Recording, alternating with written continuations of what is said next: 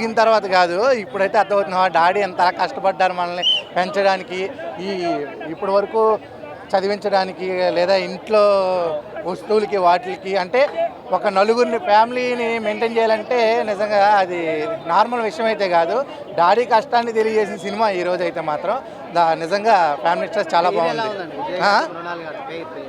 విజయ్ గారి గురించి చెప్పాలంటే నార్మల్గా చిన్నప్పుడు మనం అనకొండ గురించి మాట్లాడుకున్నాం, రీసెంట్గా 1 ఇయర్ బ్యాక్ రుషికొండ గురించి మాట్లాడుకున్నాం. ఈ సినిమా తర్వాత విజయ్ దేవరకొండ గురించి మాట్లాడుకుంటాం.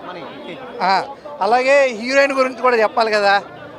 ఠాగూర్ సినిమాలో చిరంజీవి గారు ఎంట్రీ సీన్ ఉంటుంది కదా, అది ఎలా అయితే మనల్ని గూజ్ బంప్స్ ఎంతైతే బాగుంటుందో ఈ సినిమాలో హీరోయిన్ కూడా మృణాల్ ఠాగూర్ కూడా అంత బాగుంటుంది అనమాట.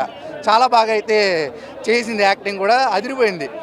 ఇంకా ఈ సినిమాలో డైరెక్టర్ గారు మనం జై శ్రీరామ్ అన్నప్పుడు ఎంత ఆనందంగా ఎంత సంతోషంగా అయితే మనం అరుస్తామో, మన పరశురామ్ గారి గురించి నేను కూడా జై పరశురామ్ అని అరుస్తాను. ఎందుకంటే ఈ సినిమా చూడగానే నేను అంత ఆనందంగా అంత ఆహ్లాదకరంగా బయటకు అయితే వచ్చా.